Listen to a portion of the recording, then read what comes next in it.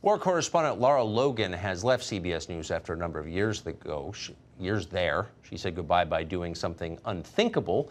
She found an obvious unspoken truth and said it out loud.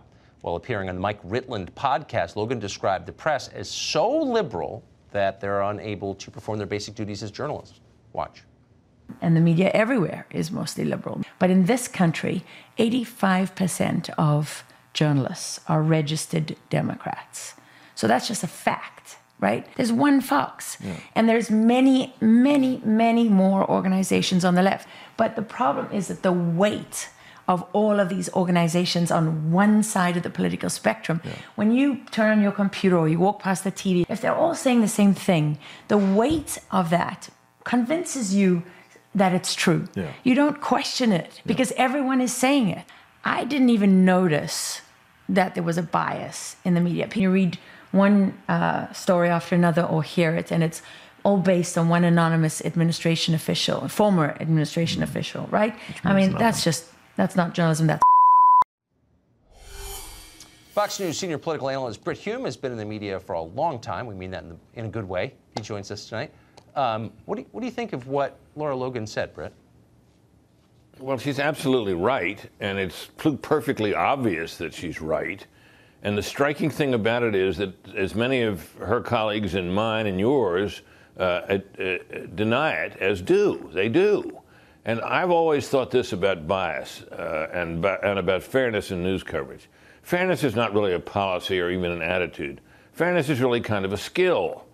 And it begins with a recognition of your bias. Once you do that, it's really not all that difficult if you're aware that you don't like this particular politician or you feel this way about a particular issue and you're covering something related to it. It's not that hard to screen it out of your coverage. It really isn't. Lawyers do this every day. They represent clients they think are guilty. Judges decide cases in favor or against people that they like or dislike all the time. It's not impossible. It's a discipline. It's a skill. But if you won't admit it to yourself, you got no chance. And it used to be, you know, that the editors of newspapers around the country, really led in those days by the New York Times, were very careful to make sure reporters wrote their stories in neutral language. That discipline, I'm afraid, Tucker, is out the window. The morning after the State of the Union address by the president, the Washington Post had a banner headline that said, "A discordant appeal for unity." Now, people may have found the speech discordant. I'm confident that the journalist who wrote the story did. But that's an opinion. And in the lead of the story, it was referred to as a dissonant speech. Well, that's a judgment. That's an opinion. It had no business in that in the news story. Now, if you want to have editorials and denounce the speech and have columnists who write, you know, all kinds of invective about it, that's all fine. That's the way it's supposed to work. That's why you have columnists.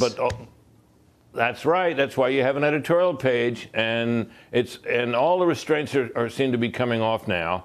And the media is it is no accident the media is at its lowest level in public opinion that anybody can remember. So here's maybe an example of that, and you had a strong reaction to this over the weekend. The 2020 campaign reporters fawning over Kamala Harris and giving her fashion advice during her visit to Columbia, South Carolina. This seemed to grate on you. Why? Well, here you had this glowing tweet published by a young journalist who is assigned by CBS News to the Kamala Harris campaign. And she and her colleagues were with Senator Harris as she visited some female-owned enterprises, including a store, where one of them picked out a jacket. It looked like a Rubik's Cube, as you can see, and insisted that the candidate try it on and got her to buy it, and then tweeted about it glowingly. Well, I'm sorry. There's nothing wrong with going into the store with a candidate who's visiting, you know, as a campaign event, a store, and it's serving with the candidate's rights to try on clothes. It is totally and obviously howlingly inappropriate for the members of the media to come across and start recommending what the candidate should wear and encouraging them to buy things. You were the White House correspondent for ABC News for 8 years. You never bought clothing for Ronald Reagan? I didn't because I was covering Bush, and then later Clinton, and I never recommended any clothing needed one of them. Now look, there's things you can do. There's things you can do, Tucker. I mean, you can have a meal with someone you're covering, right? You sit across the table, you discuss things. You might buy the meal. You can be a anchor man invited or woman and invited to the White House on State of the Union Day and be entertained at lunch by the president. Those things are arm's length. They're perfectly appropriate, and they've been going on for a long time.